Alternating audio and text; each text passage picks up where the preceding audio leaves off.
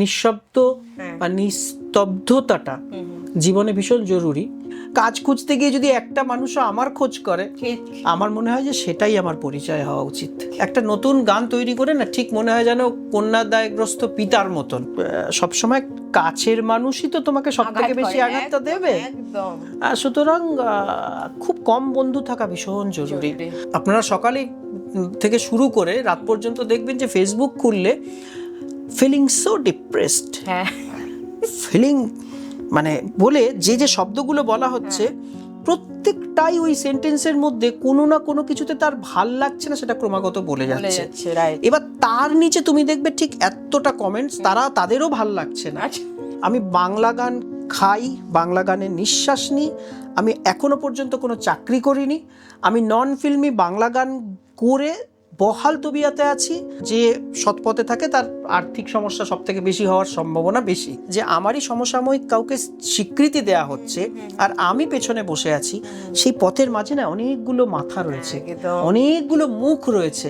Feeling depress টাইপের ওই জিনিসগুলোকে তুমি আর দেখো না, তুমি এমন একটা কিছু দেখো যেটা তোমাকে শিক্ষিত করে। ঠিক কথা, তোমার ভেতরটাকে শিক্ষিত করে, তোমার সেন্সটাকে শিক্ষিত করে। এখন একটা শব্দ উঠেছে ট্রোল, রাইট? হ্যাঁ, একটা দারুণ শব্দ উঠেছে, ওকে ট্রোল করছে, সে তাকে ট্রোল করছে।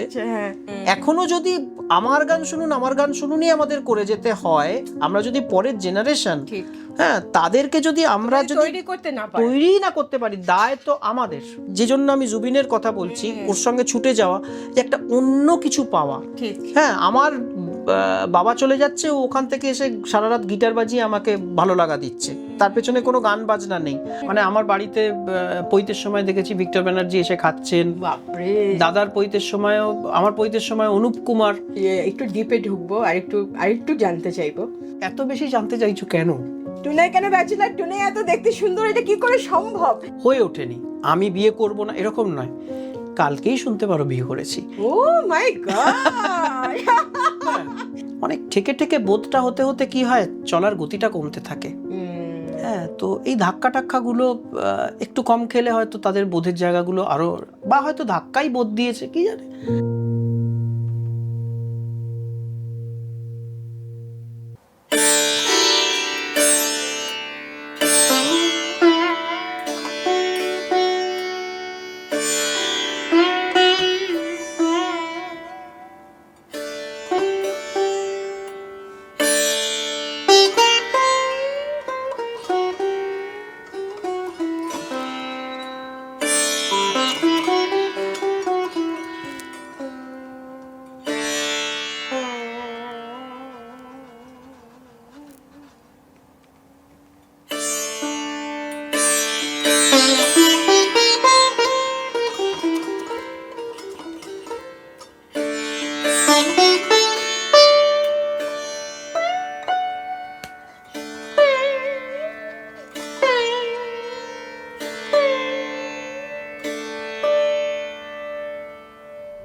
নমস্কার, অন্নচন্দ্রিমার আরেকটি স্পেশাল এপিসোডে আপনাদের সকলকে স্বাগত।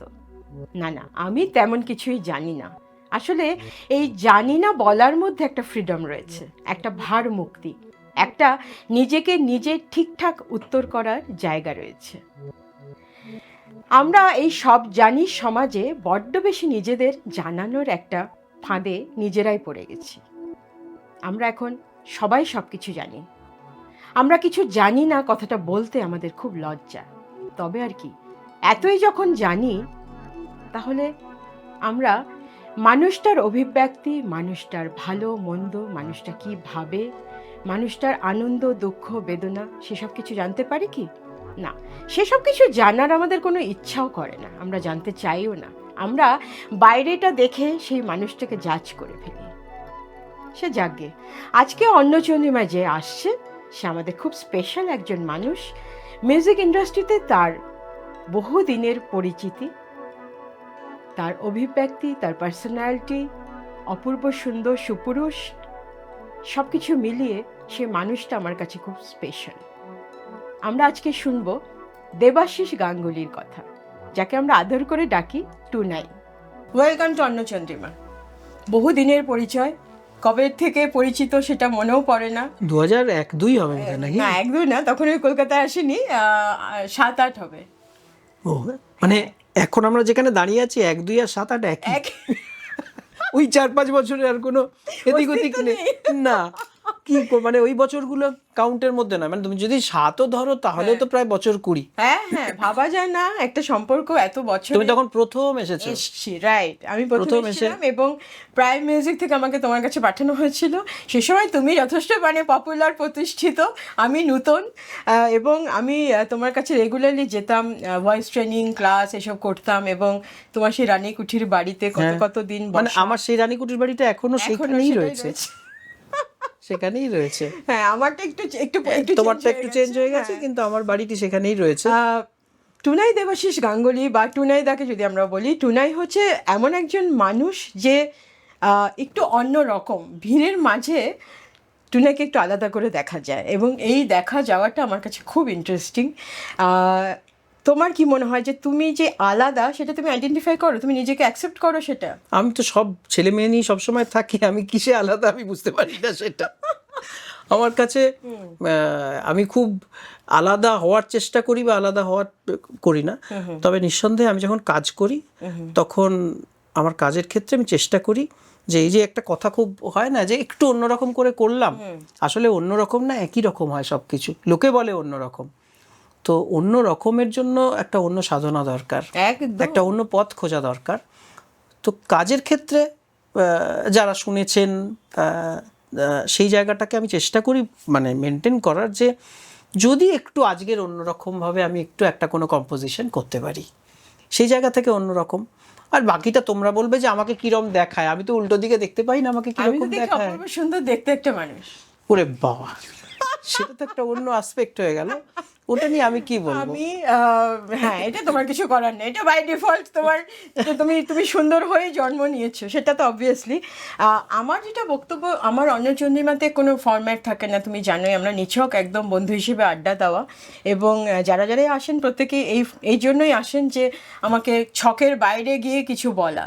আমি কিন্তু তোমার মিউজিক নিয়ে খুব একটা যে কিছু বলবো তা নয়, কারণ মিউজিক সত্যি, তোমার মিউজিক অপূর্ব, সকলে আমরা জানি, এত দিন ধরে তুমি একটা সাধনার মধ্যে রয়েছো।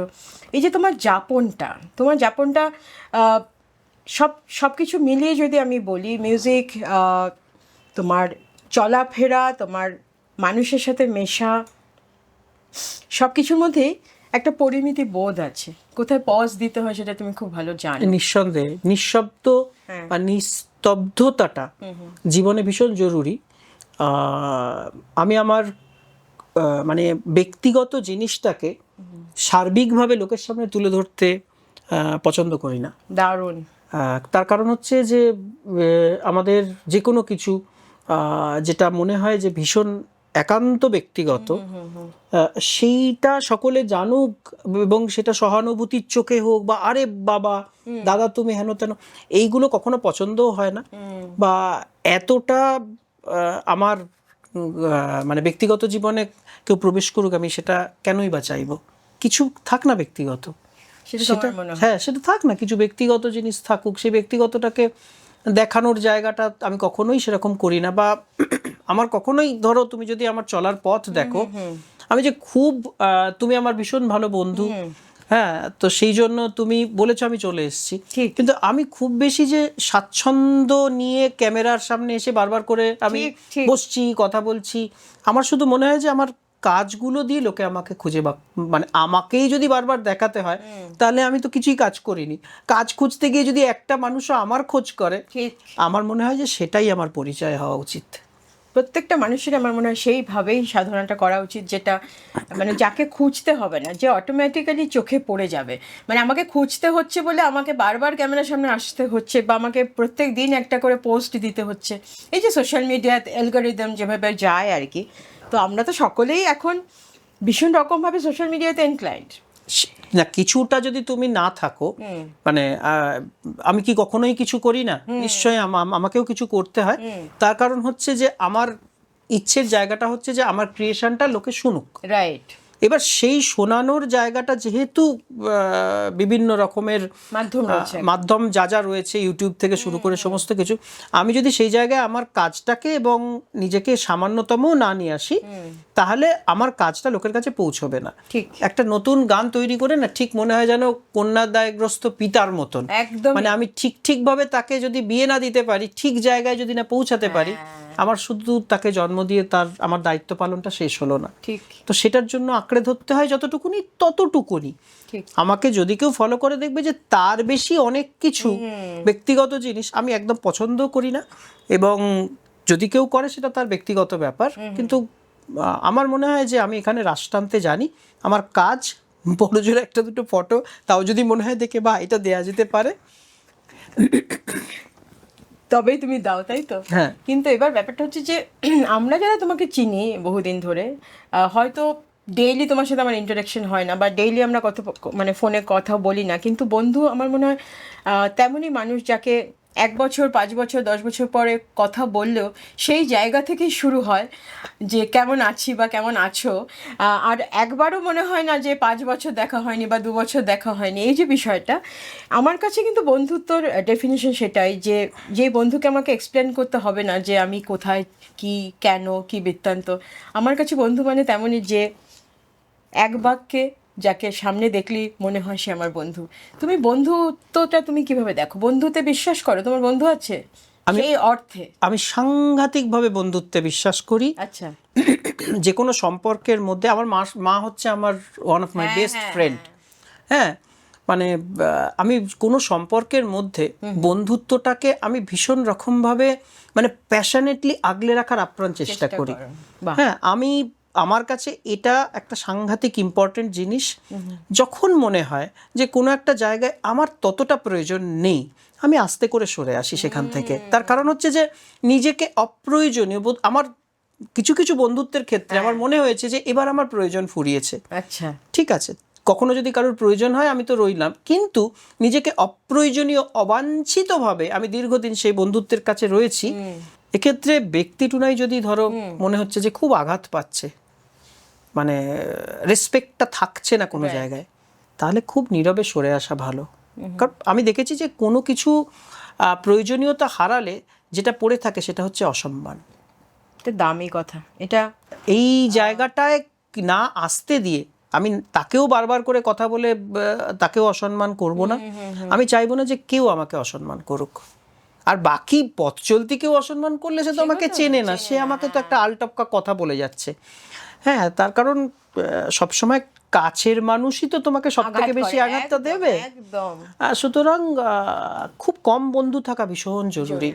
অনেক বন্ধু থাকলে না সেটা তোমার তরফ থেকেও হয়তো তুমি মেনটেন করতে পারছো, আর হয়তো কোথাও তোমারও ভুল হতে পারে। আমরা বারবার করে উল্টো দিকের মানুষটার ঘাড়ে দোষ চাপাই তো, যে জানি না মানুষ কি করে, আমি একটা খুব ভালো মানুষ, কিন্তু আমরাও যে কোনো জায়গায় ভুল করছি সেটা তো অকপটে লোকে বলার গার্ডস থাকে না। আমার নিজের মনে হয়েছে বহু ক্ষেত্রে আমি অনেক ভুল করেছি, আমি শুধরে নেব। আমার যদি মনে হয় আমি শুধরে নেব, আমি শুধরে নেওয়ার জন্য তো রয়েছি প্রত্যেক দিন। একটা পরীক্ষায় পাশ করতে পারিনি, পরের বার করব একদম। কিন্তু তার পার্টের যেটা সেটা তো আমার হাতে নেই। সে কিভাবে বন্ধুত্বকে দেখছে, সে কিভাবে আগলে রেখে নিয়ে গেছিল, সেখানে যদি মনে হয় যে প্রয়োজনীয়তা ছিল এখন আর নেই, সেটা যদি তুমি ফিল করো, সরে আসাটা আমার মনে হয় যে সব থেকে ভালো প্রসেস। নীরবে সরে আসো, ঝগড়াঝাটির দরকার নেই। ঠিক। তবে এখন তো মানুষের তুমি এই যে কলকাতা শহর, তুমি ছোট্টবেলা থেকে কলকাতায় আছো, একদম এখানেই জন্ম, এবং কালচারাল সিটি অফ ইন্ডিয়া বলতে আমরা যা বুঝি, এবং যারা আমরা বাইরে থেকে এসেছি তাদের যখন আমরা প্রথম আসি কলকাতা শহরে, অনেক আশা, অনেক স্বপ্ন, এবং আস্তে আস্তে সেই স্বপ্নগুলোকে চোখের সামনে একটু একটু করে তৈরি করা বা ভাবা বা বোঝা। এই যে আমি যখন প্রথম তোমার কাছে গেছিলাম, তোমাকে যেটুকু মানে সেরকম একটা ভয় নিয়ে যে কেমন হবে, তারপরে আস্তে আস্তে বন্ধুত্ব। হ্যাঁ, আমার সাথে তোমার যে প্রচুর কাজ হয়েছে তা হয়নি, কিন্তু কাজের আমার মনে হয় বন্ধুত্বটা আলাদা। কাজ তোমার সঙ্গে কাজ না হয়েও যদি বন্ধুত্ব থাকে, তার মানে তার মধ্যে বেশ কিছুটা খাঁটি জিনিস রয়েছে। ঠিক, এটা আমি মনে করি। আর কাজ ফুরালে বন্ধুত্ব শেষ, বা কাজ না হলে মানে সে বন্ধু হবে না। এক একটা মানুষ না, তাদের দেখার দৃষ্টিভঙ্গিটা হচ্ছে আমি সামাজিকভাবে এই মুহূর্তে কোন পজিশনে অবস্থান করছি। আমার পজিশনটা যদি অমুকের থেকে বেটার মানে কোনো বন্ধুর থেকে বেটার না হয়, তাহলে সে হাই হ্যালো করলেও আমাকে কিন্তু সেই জায়গাটা বা সেই পজিশনটা সম্মানের চোখে দেবে না সামাজিকভাবে, সেটা দেবে না সে। তো সেই সব জায়গাগুলো বড্ড গোলমেলে, সেই গোলমেলে জায়গাগুলোকে অ্যাভয়েড করে একটা বৃত্ত কেটে নাও নিজের মতন, সেই বৃত্তের ভেতরে একটা নিজেকে রাজা বা রানী মনে করে নিজের মতন সেই গণ্ডির ভেতরে থাকো, তুমি অনেক শান্তিতে থাকবে। তুমি যদি কাউকে পরিবর্তন না করতে পারো, তোমার গণ্ডিটা কেটে নেওয়াটা অনেক জরুরি। আমি আমার মতন স্টুডিও ভিডিও ফ্লোর করে আমি আমার মতন আমার গণ্ডিতে আমি চেষ্টা করি আমার নিজের ফিলোসফিগুলো, কারণ কাউকে বলতে গিয়ে বোঝাতে গিয়ে যে সময়টা যাবে, হয়তো সেই সময় আর একটা কম্পোজিশন হয়ে যেতে পারত। হয়তো আমি যাকে সময়টা দিলাম সে হয়তো বাইরে বেরিয়ে গিয়ে উল্টো দিকে হয়তো মানে আমার এমন একটা মুচকি হাসলো যে আমার সোলটা ওপর থেকে তাকে দেখতে পেয়ে ভীষণ অসম্মানিত হলো। আমি চাইবো না, ওই জন্য লোকের সাথে কম কথা বলা এবং নিজের কাজের মধ্যে ডুবে থাকা, এতে অনেক শান্তি রয়েছে। আমি যখন রাত্রিবেলা নিজের জন্য সেতার, তুমি বললে বলে সেতারটা নিয়ে এসেছি, আমি খুব পাবলিকলি বাজাই না, আমি যখন সেতার এবং আমি বসি, আমার মনে হয় যে এটা আমার জীবনের শ্রেষ্ঠতম সময়। বিশ্বাস করো, আমি তোমার এই ঘরে যখন বাজাচ্ছিলাম, একটা এসেই বললাম খুব পজিটিভ ভাইবস লাগছে, তো সেই ভাইবসটাতে না আমার মনে হচ্ছে যে আজকের দিনের এই মুহূর্তটা আমার জন্য মানে ভীষণ স্পেশাল। ওরা সবাই রয়েছে, সবকিছু মিলিয়ে আমি তো এই মুহূর্তটাকে আর পাবো না, একদম অন্য আরেকটা মুহূর্ত, অন্য আরেকটা ক্ষেত্র, অন্য মানুষজন, কিন্তু আমার লাইফ টাইমে এই একবারই এই টাইম ফ্রেমের মধ্যে এই মানুষগুলো আসছে। তো আমি এই মুহূর্তটাকে যদি আমি চুটিয়ে উপভোগ না করতে পারি, যে মানুষগুলো বসে আছে তাদের ভাইবসটা যদি না নিতে পারি, তাহলে আমি তো সেই মুহূর্তটা হারিয়ে ফেললাম।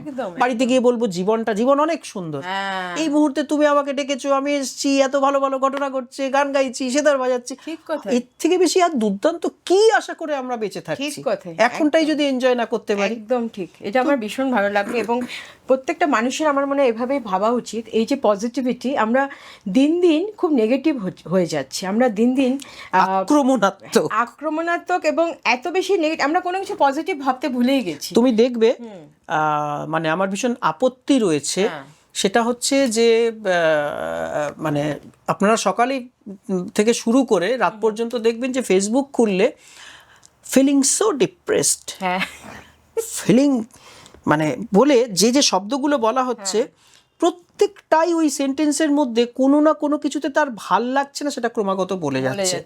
এবার তার নিচে তুমি দেখবে ঠিক এতটা কমেন্টস, তাদেরও ভাল লাগছে না, কিন্তু যারা ভালো লাগার জন্য কাজ করছে না তারা ওর মধ্যেই নেই, আর যারা কোনো কাজ করছে না তারা রাত দিন সেখানে খুঁজে, হ্যাঁ এটা আপনি ঠিক বললেন, ভুল বললেন, কেন করে এত বড় শেষেরটা দেখাই যায় না, সে কোথায় তলিয়ে গেছে। তোরা ভালো সুন্দর গান দাও, তুমি দেখবে 4 জন শুনছে কি শুনছে না, একদম সেই গান তোমাকে শোনাতে হবে।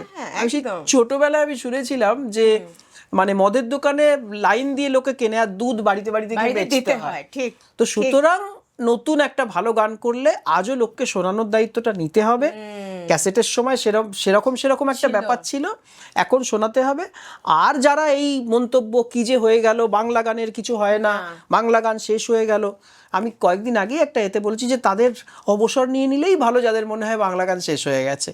যারা করছে তাদের করতে দিন না, আপনারা অবসর নিয়ে নিন যারা বলছেন যে বাংলা গানের আর কিছু হবে না। কারণ আমি এটুকুনি বলছি যে আমি বাংলা গান খাই, বাংলা গানের নিঃশ্বাস নিই। আমি এখনো পর্যন্ত কোনো চাকরি করিনি, আমি নন ফিল্মি বাংলা গান করে বহাল তবিয়াতে আছি। অন্তত আমি যতদিন সুস্থ শরীরে থাকবো ততদিন আমি বাংলা গান করে যাব, এবং আনন্দ সহকারে এবং গর্ব অনুভব করব যে আমি বাংলা গানটাই করে আসছি। তার সঙ্গে হিন্দি গান বা কিছু প্রাসঙ্গিকভাবে করতে হয়, যাতায়াত করতে হয়, সেগুলো ঠিক আছে, কিন্তু আমি ভীষণ গর্ব অনুভব করি যে আমি নন ফিল্ম, মানে আপনারা যারা সকলের জন্য একটা কথা, যে যারা আপনারা ইউটিউব করছেন ভাবছেন কি হবে, গ্লোরিফাই করুন, একবারে চিৎকার করে বলুন যে আমরা বাংলা গান করি, সেই তো আমরা বাংলা নন ফিল্মি গান করি, এটা গ্লোরিফাই করে দিন নিজেদেরকে, আর দুর্ধর্ষ কাজ করুন। কালকেই সবগুলো যোগ করতে করতে দেখবে ইউনিভার্স বলবে বাংলা গান হচ্ছে শ্রেষ্ঠ। ঠিক। আর যারা এই চারপাশে বলছে কিছু হলো না, কি হলো না, হ্যাঁ তাদেরকে আমাকে ফোন করতে বলবেন, কারণ আমি এটাই করি এবং আমি খুব গর্বের সাথে করি।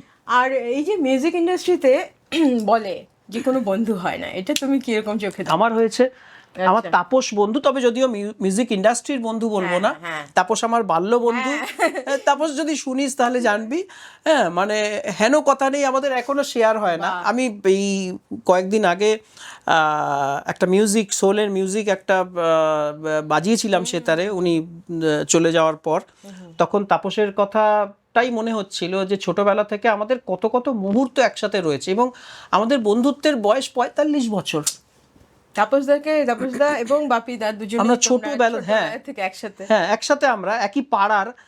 তো বন্ধুত্ব হয় না নয়, যার বন্ধুত্ব হয় না সে দুর্ভাগা। হ্যাঁ, সে শুধু সবার মধ্যে খারাপই খুঁজে পেয়েছে, সেই জন্য তার আর বন্ধু হয়নি। তো সেই জায়গাটা আমার ক্ষেত্রে ঘটেনি। তবে তুমি তো যেটা বললে বারবার করে যে তুমি খুব লিমিটেড, তোমার ছোট গণ্ডি, তুমি ছোট জায়গায় বন্ধুত্ব রাখো এবং রাখতে চেষ্টা করো, এটা কিন্তু খুব বড় একটা কথা। এবং সত্যি কথা বলতে কি, প্রত্যেকে সকলে বন্ধু হয় না। আর আমার কাছে বন্ধু কথাটার মানে অনেক বড়, এটা আমার মনে হয় যে আমরা খুব ইজিলি বাইরে থেকে মানুষটাকে দেখে, আমাকে সোশ্যাল মিডিয়া দেখে অনেকে অনেক কিছু বলেন বা বলতে দাও না, বলতে দাও না, নেগেটিভ পজিটিভ কিছু যাদের যেটা মনে হয় তাদের সেটা বলতে দিই। আবার ছোটবেলায় খুব মনে হতো আমাকেই কেন এরকম বলছে, আমাকেই কেন, আমি তো সেরকম কিছু করিনি, হেন তেন। তারপরে একটা সময় বুঝতে পারলাম যে যাকে নিয়ে কোনো কিছুই বলে না তারই দুর্গতি, আর যে সবসময় এগিয়ে যাওয়ার মন্ত্র নিয়ে এগোয় তার সম্পর্কে লোকে বলবে, তাকে তো খারাপ বলবেই। সে হয়তো কিছু খারাপ করে এসছে সেটা তো বলবেই, নাহলে খারাপ চোখেই দেখবে আর কি তাকে, যে কেন সে এগোনোর চেষ্টা করছে। তো সুতরাং এটা নিয়ে ভেবে লাভ নেই কে কি বলছে, কাজটা করে যেতে হবে, কাজ থামলে চলবে না, থামার জন্য অনেক কারণ রয়েছে, এবং সেই কারণগুলো তোমার চারপাশের লোকজনের মধ্যেই রয়েছে, তবু এগিয়ে যেতে হবে। মানে লড়াইটা নিজের সাথে নিজের, কখনো নিজের বিবেকের সাথে নিজের, কখনো নিজের বোধের সঙ্গে নিজের, কখনো নিজের উল্টো দিকে থাকা আয়নাটার সঙ্গে। আমার তো মনে হয় সব থেকে বাজে আবিষ্কার হচ্ছে আয়না পৃথিবীর। আয়না দূরবীন আবিষ্কার না হলে বুড়ো বয়সে নিজেকে আর দেখতে হতো না। লোকের বুড়ো বয়সের কোনো এই ভাঁজ পড়ে গেছে এই জিনিসটা দেখতে হতো না। তো নিঃসন্দেহে মানে নিজের ফিলোসফিটাকে নিয়ে এগোনোটাই তো সব থেকে কঠিন ব্যাপার। নিজের যে কোনো মূল্যে নিজের চলার পথটাকে একদম ঠিকঠাক রেখে এগোনো। হ্যাঁ, যে রাজনৈতিক কারণও তোমায় ছাপ ফেলতে পারেনি, তোমাকে পথ থেকে নড়াতে পারেনি, এবং আর্থিক কারণও তোমাকে নড়াতে পারেনি, কারণ যে সৎ পথে থাকে তার আর্থিক সমস্যা সব থেকে বেশি হওয়ার সম্ভাবনা বেশি। ঠিক কথা। হ্যাঁ, এই জিনিসগুলো তোমায় নড়াতে পারেনি, এবং তুমি ওই একই কাজ করে যাচ্ছ, এবং যদি তুমি বেটার কাজ করো প্রত্যেক দিন, দিনের পর দিন, আমার মনে হয় যে সেটা ছাড়া মোক্ষ লাভের আর কোনো উপায় তো নেই। এটাই আমাদের লক্ষ্য হওয়া উচিত। একদমই ঠিক কথা। আমার ভীষণ ভালো লাগে তোমার পোস্ট। আমি রাত্রেবেলা মিউজিক শুনি, এবং রাত্রেবেলায় আমি একটু সোশ্যাল মিডিয়া বেশি থাকি, দিনের বেলা সময় হয় না সকলেরই। আমিও তাই, ঠিক রাত যখন হয় তখন একটু দেখি কে কি করছে, এবং তাতে প্রত্যেকের কাজ, ভালো লাগা মন্দ লাগা, প্রত্যেকের ডিপ্রেশন বলো বা আনন্দ বলো, যা কিছুই বলো না কেন, আজকাল তো সোশ্যাল মিডিয়াটা একটা বড় বন্ধু হয়ে দাঁড়িয়েছে আমাদের। তো সেখানে আমরা অনেক কিছু দেখতে পাই, এবং দেখতে দেখতে একটা জিনিস মনে হয় যে মানুষ তো বিভিন্ন রকম হবেই, প্রত্যেকটা মানুষই তো আমরা আলাদা। এই আলাদার মধ্যেই কিছু ইউনিটি খুঁজে পাওয়া, বা কিছু বন্ধুত্ব খুঁজে পাওয়া, বা কিছু এমন খুঁজে পাওয়া যেটা তোমাকে মোটিভেট করে। তো তেমন জিনিস ধরে রাখা বা সেই সব জিনিস দেখা, সেটা কিন্তু তোমার একটা প্র্যাকটিসের ব্যাপার, এটা আমার মনে হয় আর কি। হ্যাঁ, মানে তুমি বর্জন করো তোমার যেগুলো, তোমার ওই যে ফিলিং ডিপ্রেস টাইপের ওই জিনিসগুলোকে তুমি আর দেখো না, তুমি এমন একটা কিছু দেখো যেটা তোমাকে শিক্ষিত করে। ঠিক কথাই, তোমার ভেতরটাকে শিক্ষিত করে, তোমার সেন্সটাকে শিক্ষিত করে। তুমি সেইগুলো তুমি যদি 10 দিন দেখো, দেখবে যে ওই ধরনের ফিডটাই তোমাকে করানো হচ্ছে, তখন আর ওই ডিপ্রেস টাইপের জিনিস আর আসছে না। ঠিক কথা। তো তুমি সেগুলোর ভেতরে ঢুকে গেলে তো একদম একটা গুড হ্যাবিট তৈরি হলো তোমার। গুড মিউজিক, সারা দেশে সারা পৃথিবীতে যে মিউজিক, কত মিউজিক তৈরি হচ্ছে, আমি তো কিচ্ছু করে যেতে পারবো না এক জীবনে, শুনে তো যেতে পারি বেশ খানিকটা। সেই সুযোগটা যদি আমাকে ফেসবুক ইউটিউব দেয়, আমি সেটা নষ্ট করবো কেন? ঠিক কথাই। তোমার কম্পোজিশন তো মোটামুটি আমাদের ইন্ডাস্ট্রির সকলে কাজ করেছেন। আমরা যদি বড় বড় মানে একদম সিনিয়র মোস্ট থেকে ধরি, আজকের দিন অবধি আমাদের জেনারেশন, তারপরে জেনারেশন, প্রত্যেকেই তোমার কাজ করেছে, এবং প্রত্যেকে তোমাকে ভীষণ ভালোবাসে। আমি যেটা দেখেছি তোমার এই পার্সোনালিটি বা তোমার এই থট প্রসেস, যেটা প্রত্যেককেই মোটামুটি মুগ্ধ করে, যারা কোড আনকোড মানুষ তাদেরকে তো বটেই। তো তেমন মানুষ, তুমি মানুষের সাথে মানুষের ইন্টারেকশন, মানুষ হিসেবে তুমি একজন মানুষকে কিভাবে দেখো, যে আমি এই মানুষটাকে মানুষ বলে মনে করি। আজকাল তো আমরা সবাই মানে দেখতে মানুষের মতো। আমি কিন্তু জীবনে আমার সবই খুব নেগেটিভ এটা নয়। আমার জীবনে অনেক কিছু আছে। আচ্ছা, আমার ঘরের ভেতর সাজানো অনেক আসবাবপত্র আছে। আচ্ছা, তার মধ্যে আমার এই কথাগুলো বলতে বলতেই চোখে ভেসে উঠলো নির্মলাদির মুখ। নির্মলাদির সঙ্গে মানে ইন্টারাকশনটা এরকম ছিল, নির্মলাদি আমাকে বলতো গুরু। হ্যাঁ, এবার যখনই মানে কাজ করার সুযোগ হয়েছিল, আমার তার সঙ্গে যতটুকুনি ইন্টারাকশন, সেই ইন্টারাকশনে আমার অনেকটা সৌভাগ্য যে আমার শেখা হয়েছে, অনেকটা সৌভাগ্য যে তার যে একটা মানে হা হা করে হাসি, প্রাণ খোলা হাসি, এই সমস্ত ভালো জিনিসগুলো আমি যখন যেখানে পেয়েছি ব্লটিং পেপারের মতো নিয়েছি। আমি আরেকজনের কথা বলবো, ইন্দ্রাণী সেন। ইন্দ্রাণীদির সেই সময় আমাকে অসম্ভব ব্যাকআপ করেছে। যে মানে ইন্দ্রাণীদি সেই সময় আমার 5টা গান গেয়েছিল যখন আমি প্রথম একদম নতুন কিছু জানি না। ইন্দ্রাণীদির পার্সোনালিটি আমাকে ভীষণ রকমভাবে মানে দারুণভাবে ইন্সপায়ার করেছে সেই সময়, যে একটা মানুষ কিভাবে এরকম মানে আজকে এই মুহূর্তে বেরিয়ে গেল কলেজে, তারপরে চলে আসলো, তারপর গান নিয়ে বসলো। হ্যাঁ, অত সুন্দর সাজে, অত অপূর্ব একটা পার্সোনালিটি। ভীষণ নির্মলাদি ভীষণ রকম ভাবে। হ্যাঁ, কখনো ধরো লেখার আঙ্গিক, সেখানে নচিকেতা চক্রবর্তী, আজকে আমি যা গান লিখি বা যতটুকুনি লিখি, হ্যাঁ, সেটা আমাকে বলে বলে দিনের পর দিন আমার লেখার কোনো ইচ্ছে ছিল না। আমি যখন একলব্য করি তখন অভিজিৎ তাপস ছিল, তখন ম্যাক্সিমাম গান অভিজিৎ লিখতো। হ্যাঁ, অসম্ভব ভালো ভালো ওর গান লেখা রয়েছে অভিজিতের। তারপরে রাজীব লিখলো মাথায় অজর থেকে শুরু করে। হ্যাঁ, তো আমার তারপর রাজীব দত্ত, হ্যাঁ, এবার পাশাপাশি সৈকতদার সঙ্গে কয়েকশো গান, সৈকত কুণ্ডু, কথা ওরে কথা পড়ে থেকে শুরু করে অনেক গান। তো আমার কখনো মনেই হয়নি, কারণ আমি একবার সেই অভিজিতের সঙ্গে বসে একলব্য যখন তৈরি করি, আমরা দুজনে চুক্তি হয়েছিল যে আমার লেখা মোটে ভালো না, আর অভিজিতের সুরটা থেকে আমার সুরটা ভালো, তাহলে আমি সুর করি, তুই লেখ। তো এরকম ভাবে আমাদের গানগুলো তৈরি হতো। কি মজার দিন ছিল। আর আমার সত্যি কথা বলতে আমি এমন কিছু লিখতামও না যেটাতে আমার মনে হয় আমি আমার নিজের কোনো কথা লিখছি।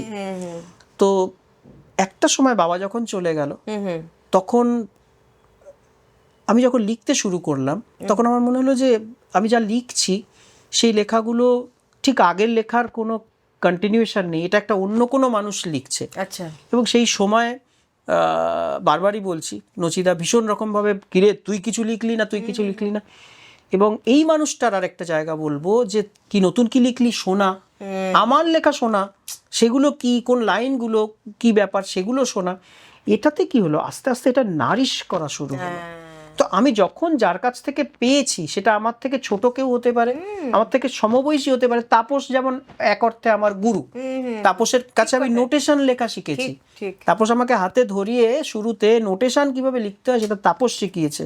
ওর হাত ধরে প্রথম আমার সেতার ফ্লোরে বাজাতে যাওয়া।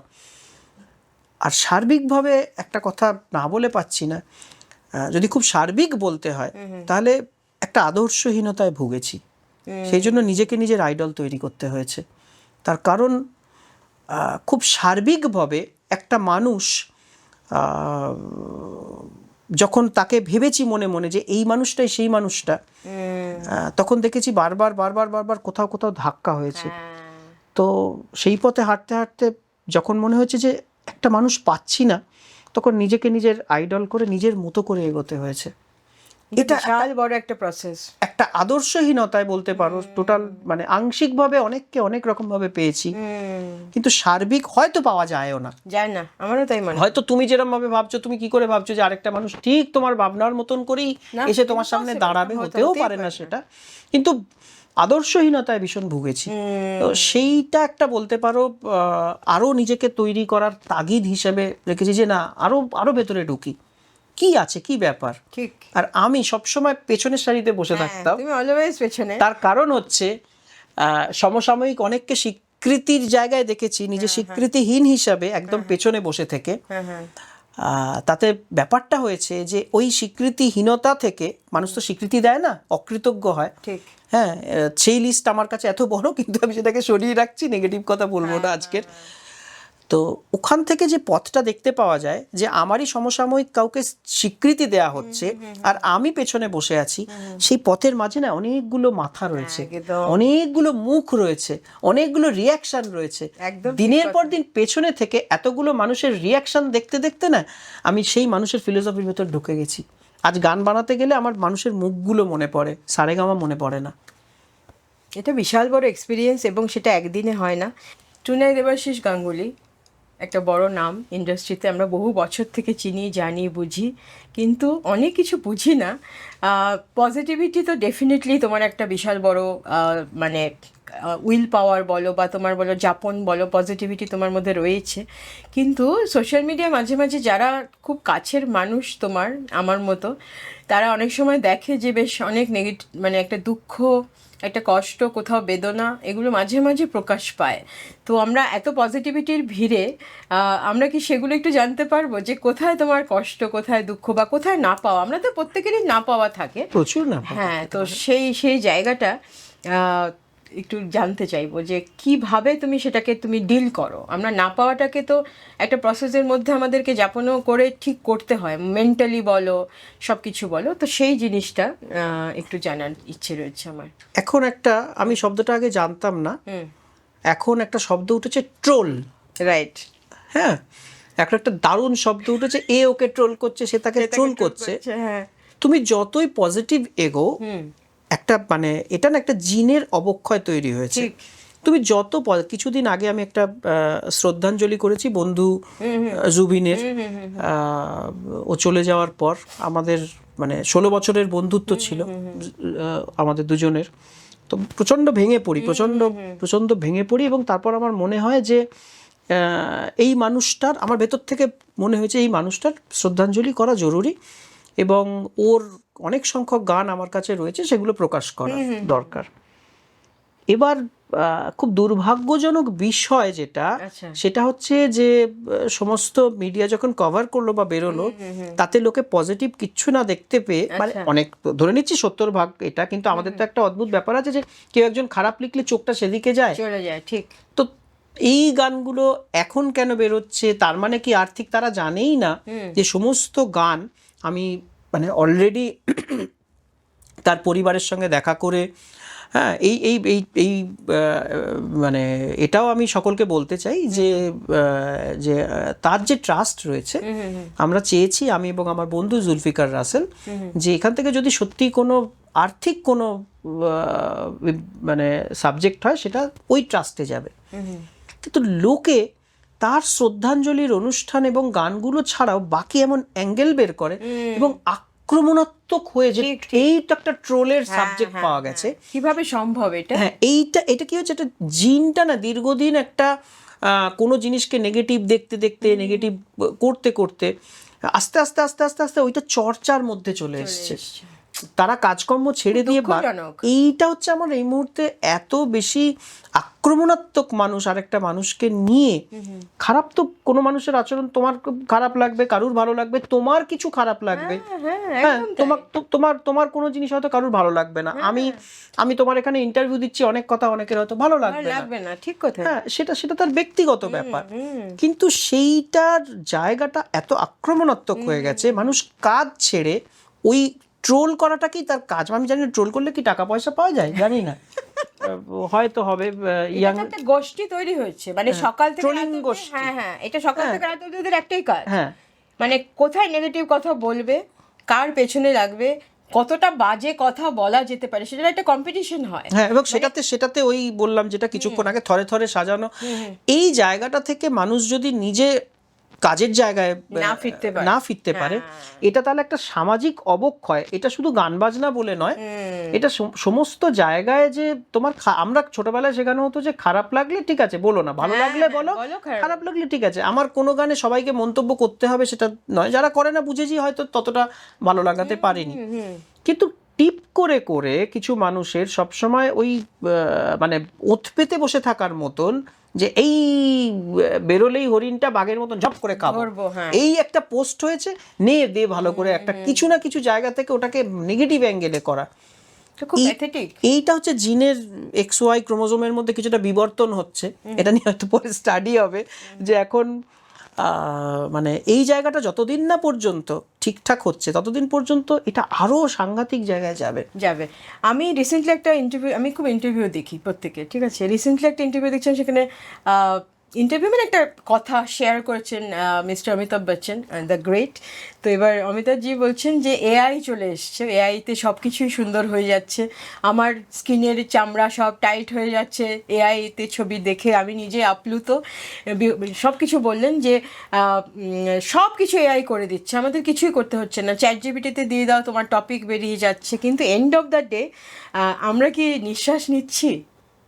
নিঃশ্বাস কি নিতে পারি? আমরা মানুষের সাথে মানুষকে কি কানেক্ট করতে পারি? আমাদের হার্টবিটটা কি চলে? যদি চলে থাকে সেটা কিন্তু এআই করে দেয় না।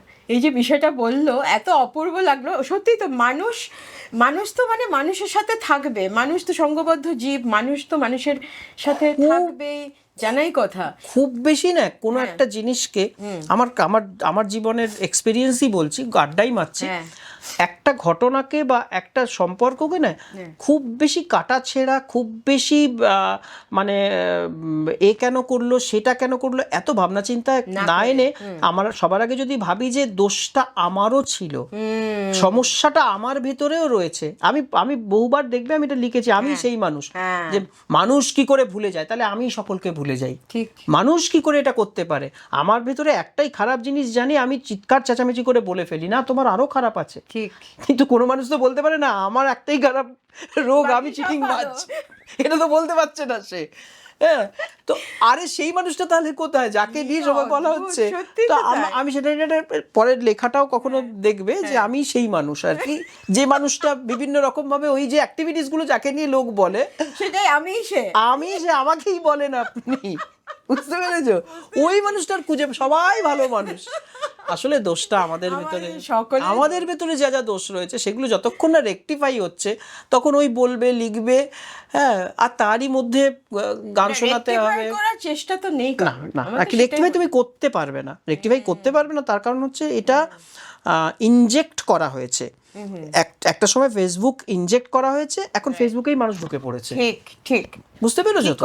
হ্যাঁ, আরেকটা যেটা আমার মনে হয় যে একটু অশিক্ষা মানে আমি বলতে চাইছি না যে বুকিশ, তোমার ধরো প্রচুর ডিগ্রি রয়েছে কিন্তু তোমার মনটা কিন্তু অশিক্ষিত। এই মন অশিক্ষিতটাকে শিক্ষিত করা কিন্তু ইম্পসিবল, কারণ তুমি একটা মানুষকে হয়তো পড়িয়ে গাধা পিটিয়ে ঘোড়া করতেই পারো, কিন্তু তুমি মনটা চেঞ্জ করতে পারো। এই যে তুমি বললে এগেন জিন, এটা কিন্তু একটা ঘটনা বটে। এটা এতদিন বাদে এসে না আর কিছু দায় মনে হয় না। মানে একটা সময় না যখন খুব ছোট ছিলাম বোঝানোর চেষ্টা করতাম কাউকে, এখন এটুকুনি বুঝতে পেরেছি যে আমায় বুঝতে চায় সে বুঝে বসে আছে, যে বুঝতে চায় না তাকে বুঝিয়েও লাভ নেই। সুতরাং বোঝানো সাবজেক্টটার আর কোনো দরকার নেই। হ্যাঁ, শুধু বোধহয় মানে ভীষণ রকমভাবে একটা দায় থেকে যায় যে যদি পরিবেশটাকে, যে সময় FM চলতো, বাংলা গান যে জায়গায় ছিল, একটা দায় আছে।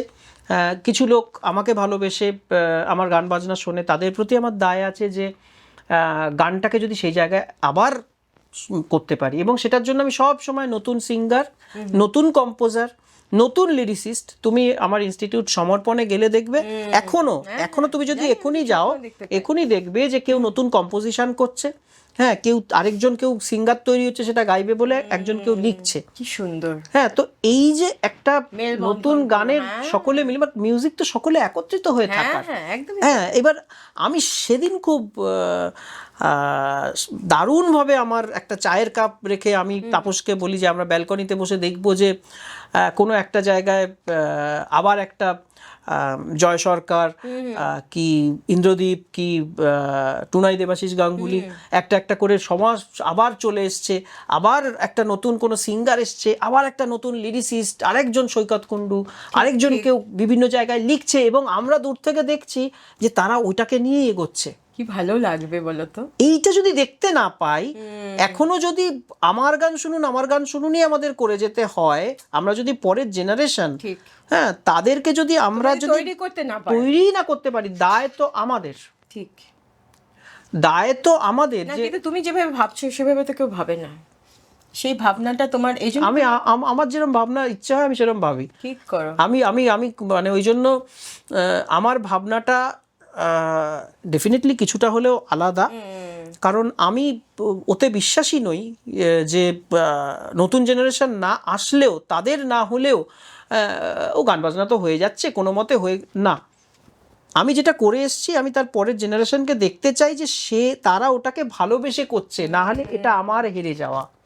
কারুর কি হলো আমার জানা নয়, এটা আমার হেরে যাওয়া যে আমি সেটা পারলাম না। এইভাবে এই ভাবনাটা প্রত্যেকটি দর্শকের কাছে আমি আরেকবার অনুরোধ করব যে এভাবে ভাবনা খুব কম লোকের হয়।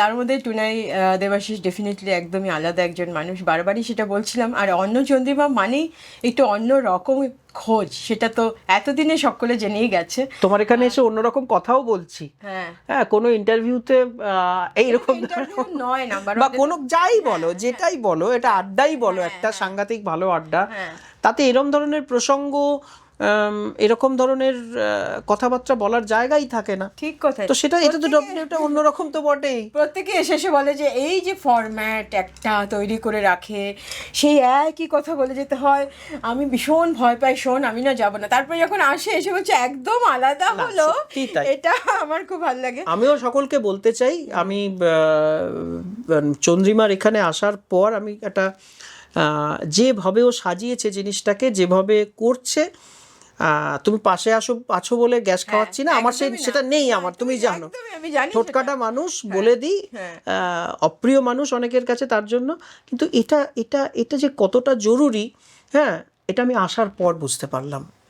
এটাই আমার পাওনা, এটা যে একটা কত জরুরি যে তুমি যে আমাকে আমার মতন আমার কিছু কথা বলতে দিচ্ছ, তুমি যে আমাকে ওই গানটা, সেই নিঃসন্দেহে গানের মানুষ, গানের আলোচনা হবে, তুমি আমাকে বললে যে একটু সেতার বাজাতে, হ্যাঁ, তো এই যে তুমি কিছুটা হলেও আমাকে নিয়ে ভাবো যে এই মানুষটা কি করে, ঠিক, এই মানুষটা, আচ্ছা এই মানুষটা সেতার বাজায়, এই মানুষটা অন্যরকম ভাবে চলে, সেই চিন্তা ভাবনাটা আরেকটা মানুষকে নিয়ে যদি একটা মানুষ 98 ভেবে 2ও ভাবতো গো, এই পৃথিবীটা আটটু ভালো হতো, আটটু ভালো হতো।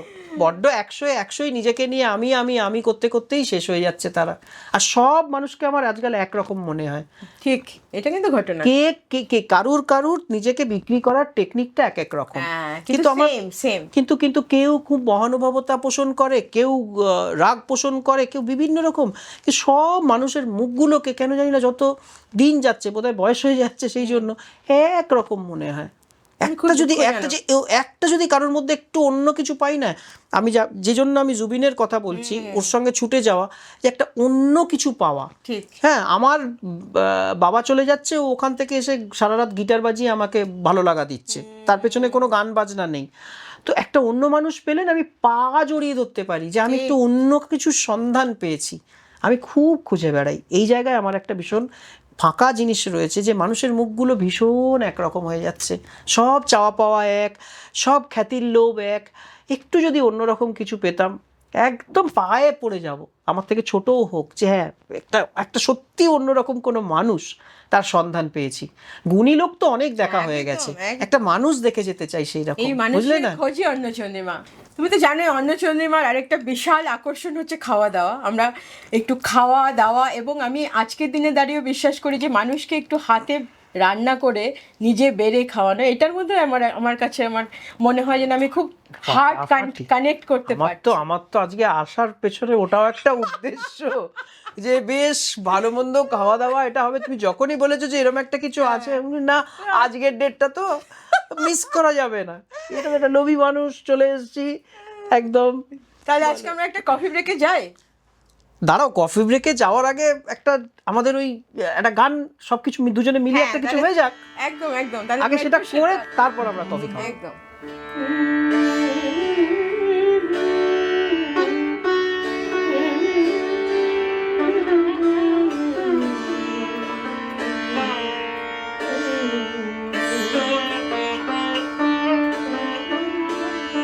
কি সুন্দর গানটা মনে করছে হঠাৎ।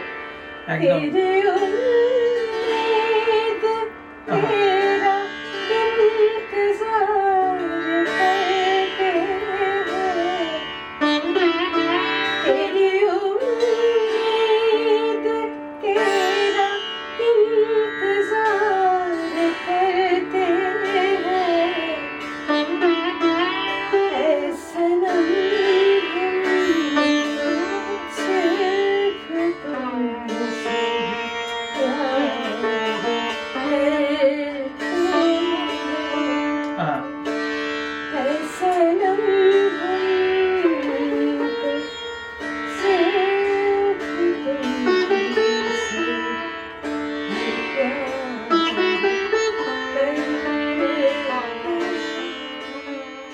কফি, আরে বাপ রে, ব্ল্যাক কফি যেটা তোমার সব থেকে আমার সব পছন্দের, থেকে পছন্দের। আর যেটা তোমাকে সার্ভ করা হয়েছে আচ্ছা। সেটা তোমার চাহিদা বা তোমার শারীরিক সুস্থতা ভেবে, এবং একদমই লেস স্পাইসি যেটা তুমি বলেছিলে। আর তাই তো দেখছি। And this bread is gluten free. এখন খুব আমরা ইনস্টাগ্রামে নানা রকম দেখতে পাই, তবে হ্যাঁ ময়দা অনেকের আজকাল অ্যাভয়েড করছে এবং আমিও করি অবভিয়াসলি। তো ইউ ক্যান টেস্ট ইট, তুমি দেখো তোমার কেমন লাগে। তোমার সব থেকে ভালো ব্যাপার যে আমি ঠিক যেরকমটা বলেছিলাম হ্যাঁ, তুমি ঠিক সেই রকমই একটা রান্না আর কি, মানে সেটা তো মানে ভাবনা চিন্তার বাইরে আর কি। আমি চেষ্টা করি একটু অন্যরকমভাবে মানুষকে কমফোর্ট জোনে রাখার। সত্যি অসাধারণ হয়েছে। এটা আমার খুব ফেভারিট, এবং প্রচুর সবজি যায়, একটা হোলসাম বলতে পারো। একটা বাটি তুমি যদি নাও, তোমার হয়তো তুমি কার্বোহাইড্রেটস নাও যদি শুধু এক বাটি যদি এটাও খেয়ে নাও, it is a very wholesome, because তোমার কাছে প্রোটিন যাচ্ছে, চিকেন রয়েছে, all the vegetables, olive oil, একদম লেস স্পাইস, কোনো স্পাইসি নেই ইনফ্যাক্ট, গোলমরিচ আর রসুন।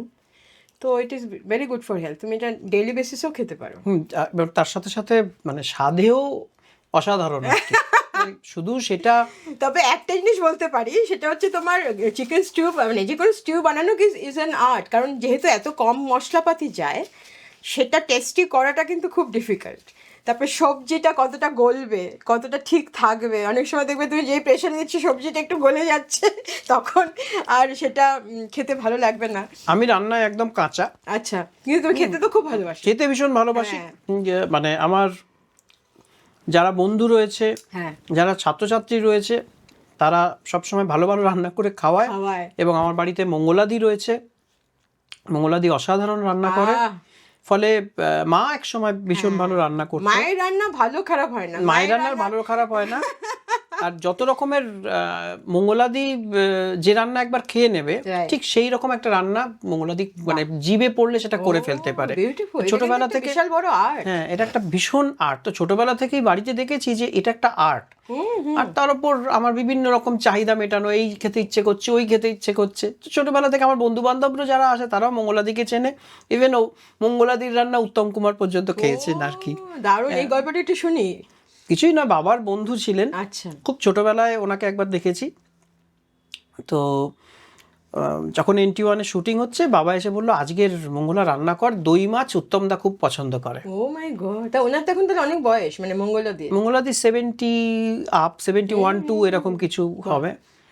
তো তো সেই দই মাছ বাবা মাঝে মাঝেই মঙ্গলাদির রান্না নিয়ে চলে যেত, নিয়ে গিয়ে কাউকে না কাউকে খাওয়াতো। মানে আমার বাড়িতে পৈতের সময় দেখেছি ভিক্টর ব্যানার্জি এসে খাচ্ছেন। বাপরে। দাদার পৈতের সময়ও, আমার পৈতের সময় অনুপ কুমার, তারা এসেছেন। মানে আমাদের বাড়িতে খাওয়া দাওয়াটা একদম সাংঘাতিক একটা ইম্পর্টেন্ট। বাবাকে ছোটবেলায় দেখেছি মানে পলতা থেকে 4-5টা ইলিশ মাছ নিয়ে একটা বাইক চালাতো বাবা, সমস্ত মঙ্গলা এনেছি বলে। এবার চিংড়ি এই তো মানে ভাপা তৈরি হচ্ছে, সর্ষে ইলিশ তৈরি, যত রকমের রান্না হয় পাড়াতে কলা পাতা দিয়ে। আমার কাজ ছিল পাশের বাড়ি, এই বাড়ি, ওই বাড়িতে তোমরা একটু খেয়ে দেখো। এবং মা বসে যেত, তখনই দেখতাম যে ওই মানে ইলিশ মাছের পইতে থাকে, সেটাকে বার করতে হয়, কত সব সিস্টেম থাকে। তো ছোটবেলায় মা যখন ইলিশ কাটতো তার টেকনিকটা দেখেছিলাম। তো রান্না ছোটবেলা থেকে ওটার মধ্যেই বড় হওয়া আর কি। এটা একটা বিশাল বড় আর্ট। এবং আমার কি মনে হয় বলতো, মানুষকে রান্না করে খাওয়ানোর মধ্যে যে আনন্দটা রয়েছে, সেটা তুমি সুইগি জোম্যাটো যাই বলো না কেন, সেটা আর হবে না। এবং আমি এখনও সেটাতে বিশ্বাস করি। আমার বাড়িতে আমি বাইরে থেকে খাবার আনাই না। আমার বাড়িতে যত পার্টি হয়, যে যা আসে সব আমার রান্নাই চলে। এবং আমি ভালোবেসে করি বেসিক্যালি আর কি। একটা কথা সকলকে বলতে চাই আর কি, সেটা হচ্ছে যে যখন থেকে এসেছি আর কি, তখন থেকে আমার কোনো আইডিয়া ছিল না যে তোমার শোটা অ্যাকচুয়ালি আসার পর কি হয়। তো না আসলে বুঝতে পারবো না। তো এই যে তুমি নামটা দিয়েছো অন্য রকম, অন্য চন্দ্রিমা, এই ব্যাপারটা দিয়েছো, সত্যি এটা একটা মানে অন্যরকম বটেই। নাম্বার 1 একটা অন্যরকম রান্না, সেটা খেতে পারা এবং সেটার একটা আনন্দ নেয়া, এটা তো ভাবাই যাচ্ছে না। এমন কথা যেগুলো কোনো জায়গায় কখনো বলিনি, তার বেশ কিছু তুমি প্রশ্ন করে করে করে করে সেগুলোকেও বার করে নিচ্ছ, আর লুকোনো কিছু থাকছে না। ঠিক এইটা বলো সেইটা বলো করে আমাকে দিয়ে। হ্যাঁ, সত্যিই বলছি, রিয়েলি টু গুড। আচ্ছা, এবার আমি বলতে চাই, একটু ডিপে ঢুকবো, আর একটু জানতে চাইবো। এই যে একা থেকে যাওয়া, এত বেশি জানতে চাইছো কেন? একা থেকে যাওয়ার সিদ্ধান্ত কেন, এটা আমরা জানতে, এটা সমাজ জনতা সবাই জানতে চায়। এই প্রশ্ন তো বহুবার, যে ব্যাচেলার কেন, টুনাই কেন ব্যাচেলার? টুনাই কেন ব্যাচেলার? টুনাই এত দেখতে সুন্দর, এটা কি করে সম্ভব? এই যে মহিলা ফ্যান ফলোয়ার্স এত এত। না, আমি আমার জীবনে যে প্রেম আসেনি সেটা নয়, আচ্ছা, আবারও একটা মানে অকপট স্বীকারোক্তি, নিঃসন্দেহে প্রেম এসছে, বিভিন্ন শেপে এসছে, আচ্ছা, কিন্তু যেভাবে এসছে, হ্যাঁ, তাদের প্রত্যেককে আমি খুব রেসপেক্ট জানাই। আচ্ছা, মানে প্রত্যেক মানে প্রচুর তাও নয়, কিন্তু যারা যারা যে বা যারা যে শেপে যেভাবে, মানে একটা মানুষ, আজকে আমি যে তোমার কাছে এসে উপস্থিত হয়েছি, মা বন্ধু বান্ধব ছাড়াও তাদের তাদের ভূমিকাটাও রয়েছে, যে আমি আমার বোধটা নিয়ে যে আমি এতটা পথ চলতে পেরেছি, হ্যাঁ। তারা না থাকলে পারতাম না। তারা কখনো না কখনো ঠেকনো দিয়েছে। মা মঙ্গলা দি, আমার দিদি ভাই, আরেকজন আমার মা, এরা তো আমার মানে ব্যাকআপই রয়েছে একদম একদম। কিন্তু যে সম্পর্কগুলোকে আঁকড়ে ধরে আমি এতটা পথ এলাম, সেই সম্পর্কগুলো অদ্ভুতভাবে ঠিক যেরকম সো কল প্রেম, বিয়ে, সেই রকম ভাবে পাইনি বা হয়ে ওঠেনি। আমি বিয়ে করব না এরকম নয়, কালকেই শুনতে পারো বিয়ে করেছি। ও মাই গড! কিন্তু সেরকম বিশাল বড় একটা সাসপিশিয়াস। না না না না না না, সেরকম সম্ভাবনা নেই। মানে আমি বলছি তুমি শুনতেই পারো, এমন নয় যে আমি না কোনোদিনও বিয়ে করব না, এমন কোনো বাধ্যবাধকতা হ্যাঁ, বা আমি মিউজিক করি বলে না আমি বিয়ে, এসব আমি এটা নয়। আমিও তো আরেকটা তোমাকে রিভিল করলাম যে মিউজিক করি, আমার বিয়ে করা উচিত, একদমই সেটা নয়। কিন্তু সম্পর্ক যেভাবে এসেছে তাকে সেভাবে গ্রহণ করেছি, সম্পর্ক যেভাবে এসেছে তাকে সেভাবেই শ্রদ্ধার জায়গায় রেখেছি। সম্পর্কের আশা চলে যাওয়া এগুলো হয় না, সম্পর্ক শুধু ছাপটা রেখে যায়।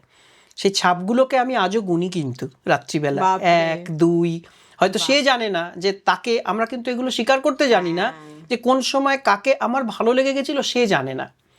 হ্যাঁ, তো ওরান পামুকের একটা গল্প পড়েছিলাম, আমার বন্ধু পড়িয়েছিল, যে একটা মেয়েকে একটি ছেলে ভালোবাসতো এবং তার এই ফেলে যাওয়া তোমার একটা কোনো টুকরো বা কিছু, সেগুলো সে জমাতো, এবং সে গল্পের শেষে বলে যাচ্ছে যে আমি খারাপ থাকলাম না, কেউ মনে করো না যে আমি নিঃসঙ্গভাবে আমি খারাপ থাকলাম, আমি কিন্তু অনেক কিছু আমার কাছে রেখে দিলাম।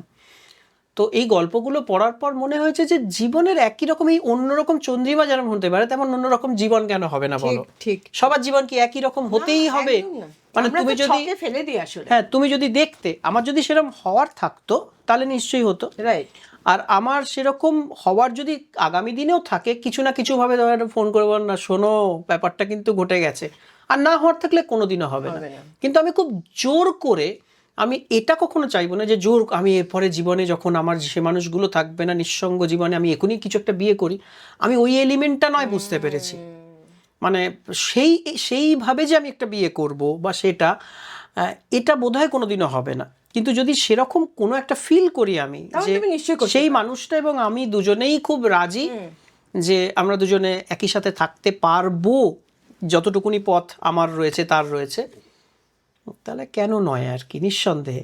কিন্তু আমার সেরকম পরিস্থিতি, সেরকম মানুষ, সেরকম প্রেক্ষাপট সবকিছু মিলে হয়ে ওঠেনি। বুঝতে পেরেছি। আমাকে তো প্রশ্ন করেই যাচ্ছ, শেষ নেই। সবকটা ব্যক্তিগত প্রশ্ন, সবকটা অফেন্সিভ প্রশ্ন, এমন এমন প্রশ্ন যার উত্তর দেয়া মানেই কোনো না কোনো একটা কিছু, এই রে এরকম কেন, সেরকম কেন উত্তর।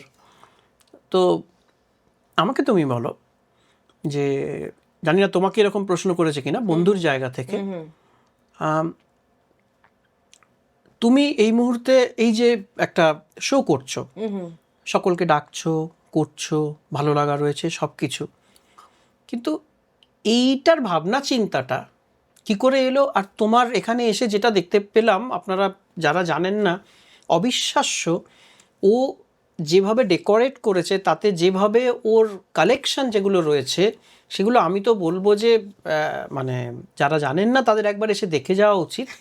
তো এই শখটা, এই হ্যাবিটটা, হ্যাঁ, এই যে তুমি আরেকজন বন্ধুকে ডেকে তুমি তাকে একটা ক্ষেত্র দিচ্ছ, এটা তো একটা বড় বড়াপ্পান বা একটা খুব বড় মনের পরিচয়। এই মনটা বা এই যে নিজেকে এইভাবে তোলাটা, এটার কি ইন্সপিরেশন বলো? এই প্রত্যেকটা দিনই তো একটা যাপন, নিঃসন্দেহে। এবং আমি যবে থেকে কলকাতায় এসেছি, কলকাতা শহরে, আমি খুব লাকি বা ভাগ্যবান মনে করি নিজেকে, যে আমার ঠিকঠাক মানুষের কাছে পৌঁছানো, মানে আমি যেমনটা চাই আর কি, ঠিক ঠিক লোকের কাছে আমি ঠিক পৌঁছে গেছি, ঠিক আছে, একদম ঠিক জায়গায়। মানে আজকে টুনাই দেবাশিস গাঙ্গুলির কাছে আমি পৌঁছে গেছি, এরকম বিভিন্ন ক্ষেত্রে আমি বলছি। তো এটা আমার লাকি বলতে পারো। পৌঁছে যাওয়াটাও কিন্তু একটা বড় মানে জায়গা, সেখানে তোমার না পৌঁছানোটা- পাওয়া কষ্ট, না কিছু না পাওয়ার কষ্ট? হ্যাঁ, না পাওয়ার কষ্ট তো ডেফিনেটলি আছে। তো এই সব কিছু মিলিয়ে আসলে চন্দ্রিমা, এবং সব কিছু মিলিয়ে আমার মনে হয় একটা মানুষ, আমি আমার বায়োতে যদি লেখা তুমি দেখো, an artist who believes in humanity, এটা আমার বায়োতে লেখা আছে। তো আমার সব থেকে মনে হয় মানুষটা কেমন, মানুষ যাপন, মানুষের সাথে যাপন এবং মানুষকে চেনা, মানুষকে জানা, এটা আমার আলাদা একটা নিজের কাজ বলতে আমি যা বুঝি। এবং আমি চেষ্টা করি তেমনভাবেই মানুষকে বুঝতে, যাকে যে যেমন তাকে ঠিক তেমনভাবে বোঝা। এটা আমার একটা খুব ভালো লাগে, আমি খুব পছন্দ করি। এবং বিভিন্ন লোকের কাছে আমি বিভিন্ন লোকের ইন্টারভিউ শোনা, বিভিন্ন লোকের কাজ দেখা এবং ডিপলি দেখা, শুধু উপরে উপরে নয়, যেটা এখন খুব চলে। স্পেশালি শোনার অভ্যেস তো এখন চলে গেছে, না, সবাই বলতে চায়, সবাই বলতে চায়, সবাই বলতে চায়। হ্যাঁ, তো আমি একটু শুনতে পছন্দ করি, এই শুনে যতটুকু শেখা। তবে হ্যাঁ, এই কালেকশন বলো বা আমার এই সাজানো হোম টেকার ভালোবাসা, এগুলো সবই, প্রত্যেকটা জিনিস আমি নিজে পছন্দ করে নিজে কালেক্ট করি, দেশ বিদেশ যেখানেই যাই। আর এটা দীর্ঘদিন ধরে, একদিনে তো এগুলো হয় না, দীর্ঘদিন ধরে চলছে। আরেকটা যেটা বলতে চাই, যে আমার বাড়িতে কোনো হেল্পার নেই, মেড সার্ভেন্ট বা আমরা ডোমেস্টিক হেল্প বলতে যা বুঝি সেসব কিছু নেই। এত সুন্দর বই, এত সুন্দর সেগুলোকে সাজানো, মানে সাহিত্য তোমাকে কি করে টানলো এরকম? সাহিত্য এর কোনো রুট আছে না নিজের পছন্দ? না, ছোটবেলা থেকে, মানে মা এমন, মা এবং বাবা বলবো, বাবা হয়তো বই সেভাবে পড়তেন না, কারণ সময় পেতেন না চাকরি করতে বলে, কিন্তু মায়ের, আমাদের একটা ছোট্ট ছিল, মানে তখন আমি গুয়াহাটিতে থাকতে, আমাদের রেলওয়ে ইনস্টিটিউশনের লাইব্রেরি, সেখানে প্রত্যেক সপ্তাহে বই চেঞ্জ করা, সেটা থেকে শুরু। এবং মা, এমন হয়েছে আমার বাড়িতে যে মা ভাত বসিয়ে চাল মানে দিতে ভুলে গেছেন, বই পড়া এত মগ্ন আর কি। তো সাহিত্য সেখান থেকে আসা, এবং খুব ছোটোবেলায় আমি বিভিন্ন সাহিত্যিকের কাজ পড়ে ফেলেছি, যে মানে জানার চেষ্টা করেছি, যখন সেই বয়সও হয়নি হয়তো। রবীন্দ্রনাথকে যেমন এখন ডেইলি একবার করে জানি বা বুঝি, সেটা তখন এমনি পড়তাম বা এমনি গাইতাম, এখন বোঝার চেষ্টা করি। এই বোধগম্যটা যত দিন যাচ্ছে মনে হচ্ছে বেশি বেশি করে আসছে। তো সেটা বোধ তো বাড়ে, মানুষ আস্তে আস্তে, কি হয় আমার যেটা মনে হয়, মানুষ আস্তে আস্তে চুপই হয়ে যায়। হ্যাঁ, মানে প্রথমে যখন আমরা কিচ্ছু জানি না, তখন মনে হয় তো অনেক জানি, একদম। হ্যাঁ, এটাতে আজকে আমার শুরু হলো যে আমি এমন কিছুই জানি না, এই জানি না বলার মধ্যে একটা শান্তি রয়েছে। আমার গুরুরা আমাকে সবসময় শিখিয়েছেন, বিশেষত আমার মা, যে আমার যে ছাত্রাবস্থা সেটা যেন জীবনের শেষ দিন পর্যন্ত থাকে। একদম। মানে আমি জানি না আমি আমার ছেলে মেয়েদের কাছে কতটা বড় শিক্ষক, সেটা হয়ে উঠতে পারবো না এত স্বল্প জানা নিয়ে, কিন্তু আমি যদি খুব ভালো ছাত্র হয়ে যেতে পারি, ঠিক, তাহলে না আমার আখেরে লাভ আছে। তুমি যদি বলো যে আমি কিসের জন্য বেঁচে আছি, আমি আরেকটু নিজেকে নলেজেবল করতে চাই। একদম, আমিও তাই। আমি আরেকটু জানতে চাই। আমি তোমার কাছে এসে যে তুমি দেখাচ্ছিলে, দেখো এটা 33 বছরের, 34 বছরের, আমি না আজকে এখানে না আসলে তো আমার এটা জানা হতো না। ঠিক, আমি একটু জেনে যেতে চাই, আরেকটু পৃথিবীটার রংটা, কত কি ঘটেছে, কোথায় কি ঘটছে, এটা একটা ভীষণ আমার ইচ্ছের জায়গা আর কি বলতে পারো। বেঁচে থাকার তাগিদ মানে আমি আজকে নতুন করে কিছু আরেকটু জেনে যেতে পারলাম কিনা, আরেক পা ফেলে একটু দেখতে পারলাম কিনা, এটা বোধহয় একটা জীবনের একটা, এটাই তো তোমাকে বাঁচিয়ে রাখবে। একদম, এটাই তোমাকে বাঁচিয়ে রাখবে। This is the drive actually. তোমাকে একটা সময় কিচ্ছু তোমাকে টাচ করবে না, মানে তোমার কতটা হলো, আমার এখনই করে না, তোমার কতটা হলো না, তুমি আরো কতটা পারো। নিঃসন্দেহে আমরা আমাদের কাজের জগতে চেষ্টাই করে যাই সবসময় ভালো কাজ দেওয়ার, কিন্তু ওই হওয়া না হওয়ার ব্যাপারটা ওই ছোট বয়সে 25, 26, 27 মানুষ বোধহয় কেউ কেউ মানুষ সারা জীবন করে কিনা জানি না, তবে আমি তো একটা বয়সের পর মনে হয়েছে যে সবটাই নিজের সঙ্গে নিজের বোঝাপড়া, ঠিক। এখানে সেকেন্ড কোনো পার্সন নেই আর কি। এই যে আমরা বলি না, আমরা সারাক্ষণ দেখবে সোশ্যাল মিডিয়াতে যে মাই ওয়ার্ল্ড বলে এখন খুব সবাই দেয় আর কি, নিচে কয়েকটা ছবি ফ্যামিলি বা যার প্রিয় মানুষদের। আমি এত মানুষ জীবনে হারিয়েছি, হারাতে হারাতে এখন আমার ওয়ার্ল্ড বলে নিজেকে মানে নিজে ওরকম ক্যাপশন দিয়ে আর কিছু লিখতে ইচ্ছে করে না। কারণ খুব অল্প বয়সে যেহেতু যেই সময় ভেবেছিলাম যে মাকে ছাড়া চলেই না পৃথিবী, তো এত বছর তো চললো, 20 বছর মা নেই এবং প্রায় 10 বছর বাবা নেই। তো আমি যখন মাকে সব থেকে বেশি দরকার ছিল সেই সময় মা চলে গেলেন। তারপরে আমি ভেবেছিলাম যে তাহলে আমি কি করে বেঁচে থাকবো, তাহলে দেখলাম দিব্যি বেঁচে আছি, সব কিছুই ঠিক চলছে। আসলে পৃথিবীর মতোই চলেন। এই যে রবীন্দ্রনাথ ঠাকুরের আমরা পড়লে পরে যেটা জানতে পারি যে ওনার ছেলে মারা গেলেন, মেয়ে মারা গেলেন, তো উনি একদিনও কাজ বন্ধ করেননি। উনি এতটাই বেশি প্রফেশনাল বা এত বেশি অন্য জগতের একটা মানুষ ছিলেন। আমি তোমাকে একটু মানে এই জায়গায় একটু ইন্টারাপ্ট করছি, সরি। আমার এই জায়গার একটা রিয়েলাইজেশন, যেটা হয়তো ভালো লাগলেও লাগতে পারে। আমি 1 বছরের মধ্যে বা মোটামুটি 1-1.5 বছরের মধ্যে আমি 10 জন মানুষকে হারিয়েছি। আমাকে যখন লোকে সান্ত্বনা দিতে আসতো তখন বলতো তুই জানিস তো রবীন্দ্রনাথের, হ্যাঁ তুলনা করতো। তারপর একসময় সেই সংখ্যাগুলোও চলে গেল এবং মানে আমার ভাইয়ের 3 বছরের ছেলে, আমি 3টে, যে আমার বাবা যারা গেছে চলে গেলেন, তার মধ্যে আমার বাবা, আমার কাকার ছেলে, হ্যাঁ আমার বাড়িতে আমার আরেক ভাই মানস, সে তার ছেলে। এবার যখন আমার মাসি, আমার মেসোমশাই, মানে এই রকম ক্লোজ, আর এর থেকে ক্লোজ কিছু হয় না, তখন মানুষের যে রিয়েলাইজেশনটা হয়, একটা ভয় হয় তারপরে কি তাহলে আমি, তারপর যখন সেই ভয়টা কেটে যায়, তখন যখন একটু ওপর থেকে বারডাই দিয়ে যখন সে মৃত্যু বা ওই জীবনটাকে দেখে, তখন না তোমার ওই মানে ছোটোখাটো চাওয়া পাওয়ার ক্ষোভ, দুঃখ, রাগ, এইগুলোকে না তোমার তখন খুব তুচ্ছ মনে হবে। তোমার মনে হবে যে আমার এই মানুষগুলোর ভয়েস তো আর পৃথিবীতে নেই, আমি চাইলে তো দেখতে পারবো না। তখন না তোমার কাছে সব থেকে বেশি যেটা আঁকড়ে ধরার হবে সেটা হচ্ছে মুহূর্ত। ঠিক, মুহূর্ত তত গুরুত্বপূর্ণ হয়ে যায় যত মানুষ মৃত্যু দেখে। আমি আজকের এই ইন্টারভিউয়ের এই যে জায়গাটা, এই সময়টাকে বারবার করে এই জন্য বলছি, হয়তো কিছু ক্ষোভের কথা বলেছি, হয়তো খারাপ লাগার কথা বলেছি, সে তো প্রত্যেক মানুষের থাকে, আমারও রয়েছে। হ্যাঁ, সেটা আমি আলাদা করে এখানে স্বতন্ত্র কেউ নই যে আমার কষ্ট বা আমার যন্ত্রণা, সবার থাকে। কিন্তু সবাই বলে পড়ে থাকে কাজ, আমার মনে হয় পড়ে থাকে মুহূর্ত। আমার মনে হয় পৃথিবীতে যদি একটা কোনো আত্মা বা স্পিরিট যদি ওপর থেকে দেখে, তাহলে সে কি দেখবে? সে দেখবে যে এই মানুষটার সঙ্গে আমি ওইরকম কাটিয়ে এসেছি, ওই মানুষটার সঙ্গে ওরকম কাটিয়ে এসেছি। হয়তো ওখানে বসে সে ওইগুলো গোনে, ঠিক আমরা বাড়িয়ে যাই না, আরো 4-5টা মুহূর্ত যদি পাওয়া যায়। একদম আমাদের একজন বলিউড অ্যাক্টরের ইন্টারভিউ, তো ওকে জিজ্ঞেস করা হয়েছে যে তুমি মারা যাওয়ার পরে কিভাবে চাও যে মানুষ তোমাকে মনে রাখুক, তো বললো আমি চাই না মানুষ আমাকে মনে রাখুক, আমি চাই এখন মানুষ আমাকে মনে রাখুক। কারণ আমি মারা যাওয়ার পরে মানুষ আমাকে মনে রাখলো কি রাখলো না, এগুলো আমার কাছে কিচ্ছু ম্যাটার। সেটা তো এক অর্থে দেখো, সত্যি কথা বলতে গেলে যেই যে মরণোত্তর স্বীকৃতি এইসব কোনো মানে নেই, কোনো মানে হয় না। হ্যাঁ, সত্যি কথা, বাবা চলে গেছে, তারপর বাবার নামে পুজো করে হ্যান করছে, বাবার শেষ বয়সে বিছানা শোয়া অবস্থায় সে দেখতেই আসেনি।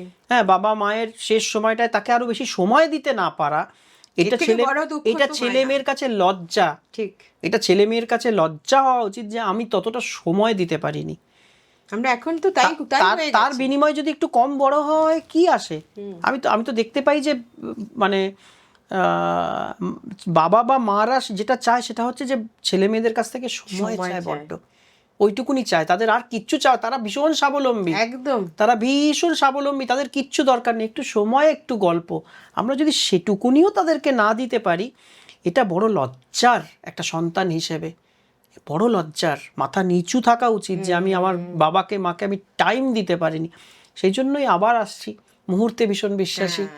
মুহূর্ত যদি চলে যায়, আমি কি টাকা পয়সা খ্যাতি কাকে দেখিয়ে যাব বলো তো? না আমি আরো খ্যাতি, দেখো দেখো আমি পেয়েছি, দেখো আমার কত অর্থ হয়েছে, এত কিছু, এত এত তামঝাম আমাদের এখন। আর আর যে কোনো কিছুকে উদযাপনের যেন ঘটা লেগেছে। হ্যাঁ হ্যাঁ, এটা বড্ড বেশি চোখে পড়ে অনেক সব সময় দেখি। উদযাপন এইসবের ঘটা লেগেছে। আর তোমার মনে হয় না যে প্রত্যেকটা, তুমি যেটা বললেই তো আমি আর জিজ্ঞেস কি করবো, তুমি বললে যে প্রত্যেকেই সমান, প্রত্যেকে এক মনে হয়, এটা আমারও খুব মনে হয়। এটা একটু প্রফেশনাল দিক বলছি, মানে পার্সোনাল তো ডেফিনেটলি নয়। সেটা হচ্ছে যে প্রত্যেকটা পারফর্মার এখন আমার জেনারেশনের বেসিক্যালি, মানে যদি ধরি, প্রত্যেকের সেম থট প্রসেস। স্টেজে গিয়ে আমি এরকম করব, এরকম আমার পেছনে এলইডি থাকবে, এরকম আমি সেট আপটা দেখতে চাই, এই গান যেটা সবাই কোড আনকোড ওই বলে যে পাবলিক খায় আজকাল, তো খুব চলে, তো সেইটা মেনে ঠিকঠাক জায়গায় একটা ওরকম প্রেজেন্ট করা, এটার একটা না মানে প্রত্যেকের আমার সেম মনে হয়, গানের লিস্ট অলমোস্ট সেম মনে হয়, প্রেজেন্টেশন অলমোস্ট সেম মনে হয়। হ্যাঁ, তো সব কিছুই আমার অদ্ভুতভাবে সেম মনে হয়। এবং তার থেকে বেরিয়ে হঠাৎ করে আমি যদি একটু তানপুরা দিয়ে একটা গান গাই স্টেজে, তখন আমার আর্টিস্ট ম্যানেজমেন্ট বা যারা যারা সোকল্ড কোম্পানি রয়েছে তাদের কাছে এটা সেল হয়, তাদের কাছে এটা সেলেবল নয়। ঠিক আছে, তো আমার মনে হয় যে দুটো ডিভিশন হওয়া উচিত। হ্যাঁ, একটা ডিভিশন হচ্ছে এই যে আমি এসে সেতার বাজালাম, আমি খুব একটা পাবলিকলি সেতার বাজাই না, আমি নিজের জন্য বাজাই, আমার নিজের কাছে থাকে ওটা। আমার যখন রাতে সব ঘুমিয়ে পড়ে, আমার বাড়িতে ভদু ছিল, হ্যাঁ, ভদু বসে থাকতো, আমি ভদুকে সেতার বাজাতাম, ভদু যখন চোখটা এরকম করে করতো আমার মনে হতো যে সাটা লেগেছে বোধহয়। আচ্ছা, হ্যাঁ, তো কারণ ওদের সেন্সিটিভিটি সাংঘাতিক লেভেলে। তো আমার একটা কিছু থাক না নিজের, এত নিজেকে এত জাহির করার মতন সব নাই বা হলো। আমার কখনো কখনো ধরো এগুলো জানাতে চাই না, আমার কিছু লেখা সাহিত্য সমস্ত কিছু আমি জানি না যে সেগুলো আমার যদি ইচ্ছে না হয় আমার খাতার মধ্যে পড়ে থাকবে, আমি কোনোদিন একটা পড়বো, তারপর সেটা উদ্ধার হলে হবে না হবে আমার কিছু যায় আসে না। যখন আমি নেই আর ওগুলো কি থাকলো না থাকলো তো আমি জানতেই পারছি না। কিছু জিনিস না একটু নিজের সাথে নিজের কথা হয়, এগুলো বড্ড কমে গেছে বলে গভীরতাহীন হয়ে গেছে। গভীরতাহীন মানুষ হয়ে গেলে সবাই একরকম হয়ে যাবে। কারণ তুমি সেটাই হয়েছে। তুমি একটা জিনিস কি ভেবে দেখেছো যে কখনো ফিল করেছো যে দিনের থেকে রাতের শেড অনেক বেশি, কারণ রাতের গভীরতা অনেক বেশি বলে।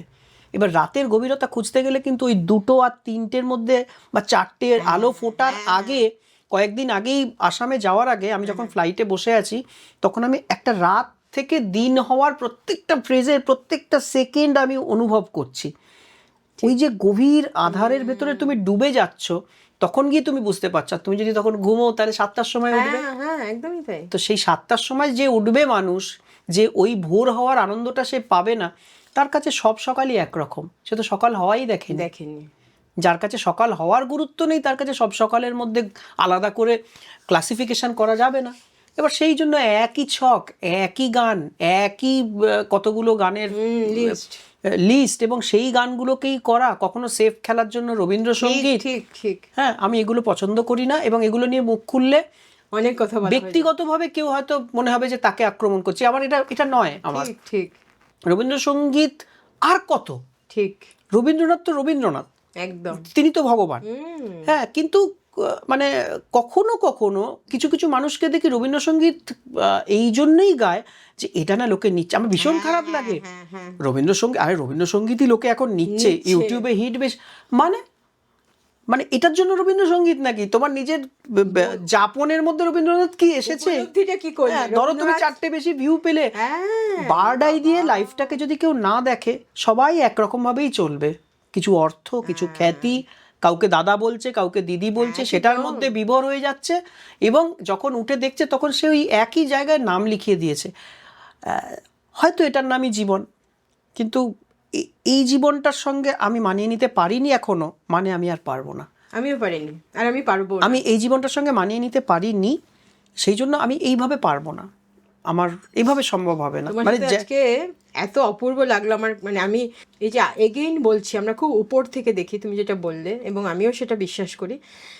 প্রত্যেকটা মানুষকে আমরা খুব অল্পতে না বুঝে বা না জেনে জাজমেন্টাল হয়ে যায়, এবং আমরা ভেবে নিই এই মানুষটা তো এরকম, ও তো ওরকম, সে তো সেরকম। এবং এটা আমার ক্ষেত্রেও হয়। তুমি এতদিন ধরে আমাকে যেভাবে দেখেছো, আমার মনে হয় আজকে তোমার অনেকটা চেঞ্জ হলো। এবং আমি বিশ্বাস করো, হ্যাঁ, আমি শেষ কিছু বছরে আমি না মানে চেষ্টা করি মানে কাউকে ও খারাপ ও ভালো মানে এগুলো করে আমি দেখেছি যে মানে কোনো মানে এটা দিয়ে কোনো কিছু পাওয়ার নেই, এখানে পথটা পুরো বন্ধ। মানে সে তার মতো, তাকে নিয়ে জাজমেন্টাল হয়ে তার ওই পরিস্থিতিতে তো আমি পড়িনি, তার ওই যন্ত্রণাটা তো আমি পাইনি, সে কেন সেরকম আমি না জেনে শুধু তার কিছু আচরণের খারাপটুকুনিকে আমি তুলে ধরে কেন বলবো যে ও খারাপ ও ভালো মন্দ। দরজাটাকে বন্ধ করে নিজেকে নিজের মতন করে তার দায়িত্ব তাকে বুঝতে দাও। সে যদি কিছু খারাপ করে ভালো করে সে বুঝে নেবে, তার জীবনে সে বুঝে নিক, বারবার তাকে নিয়ে বলে লাভ নেই, কারণ আমার নিজের ভেতরে খারাপটা কখন খুঁজবো? একদম। যত বয়স হচ্ছে তত তো নিজেকে আরো খারাপ মনে হচ্ছে এতগুলো কখন শুধরাবো। ঠিক, আমার এত দোষ ত্রুটি আমার শরীরের ভেতরে, এটা দারুণ লেগেছে, একদম তাই। এতটা শুধরাবো কি করে? মানে আমি তো নিজেকে খুব ভালোবাসি, ভালো মানুষ হতে চাই, কিন্তু এত খারাপ আমার ভেতরে, সেগুলোকে তো রিয়েলাইজ করছি দিনের পর দিন যে ওখানে একটা খারাপ বসে আছে, ওখানে একটা খারাপ বসে আছে, অতগুলোকে তুলে তুলে নিয়ে ছুঁড়ে ফেলতে তো 200 বছর লাগবে মনে হচ্ছে। সমস্যা এইটাই যে বোধটা যদি আরেকটু আগে হতো হয়তো আরেকটু নিজেকে শুধরাতে পারতাম বা নিজেকে আরেকটু শিক্ষিত করতে পারতাম। অনেক ঠেকে ঠেকে বোধটা হতে হতে কি হয়, চলার গতিটা কমতে থাকে। হ্যাঁ, তো এই ধাক্কা টাক্কাগুলো একটু কম খেলে হয়তো তাদের বোধের জায়গাগুলো আরও, বা হয়তো ধাক্কাই বোধ দিয়েছে কি জানে, এখন এত সেটা আর ভাবি না যে কিসের জন্য। খুব ভালো করো, তুমি যেরকম আছো এক্স্যাক্টলি সেরকম থাকো, অন্য রকম থাকো, এবং ভিড়ের মধ্যে যাতে তোমাকে আলাদা করে সবসময় দেখা যায় সেটাই আমিও চাইবো। আর অন্য চন্দ্রিমাতে একটা টেক অ্যাওয়ে আছে, এটাও চলতে থাকুক। অন্য চন্দ্রিমাতে আরেকজন কেউ আসুক টুনাই দেবাশিস গাঙ্গুলির বদলে, সেও এসে তোমার এই অসাধারণ একটা পরিবেশ এবং অসাধারণ একটা মননের পরিচয় পাক, আমি সেটা চাইবো। এবং এটা চলতে থাকুক। এটা এই তুমি যেটা করছো সেটাতে না মানে আমি নিজে এসে বুঝতে পারছি যে এটা অসম্ভব একটা জরুরি কাজ তুমি করছো। ধন্যবাদ, থ্যাংক ইউ। তোমাকে থ্যাংক ইউ বলবো না, তুমি আমার বন্ধু, আমার বহুদিনের আমাদের অ্যাসোসিয়েশন, সম্পর্ক, ভালোবাসা, সব কিছু প্রচুর প্রচুর ভালোবাসা তোমাকে জানালাম। অন্নচন্দ্রিমা শেষ করব তোমার কোনো কম্পোজিশন আর আমার কোনো গান, বা যদি একসাথেও কিছু হয় সেটা দিয়ে। আমি একটা গান একটু হালকা করে করতে চাই। হ্যাঁ, একদম। আমি যে গানটা গাইছি সেই গানটা কখনো রিলিজ হয়নি, কিন্তু আমার খুব ইচ্ছে হচ্ছে তাই করব। হ্যাঁ, এখানে কোনো রিলিজ হওয়া এসবের জিনিসগুলো আমার আর একটু ইচ্ছে করে সাইডে রাখবো জাস্ট। বেশ। হ্যাঁ,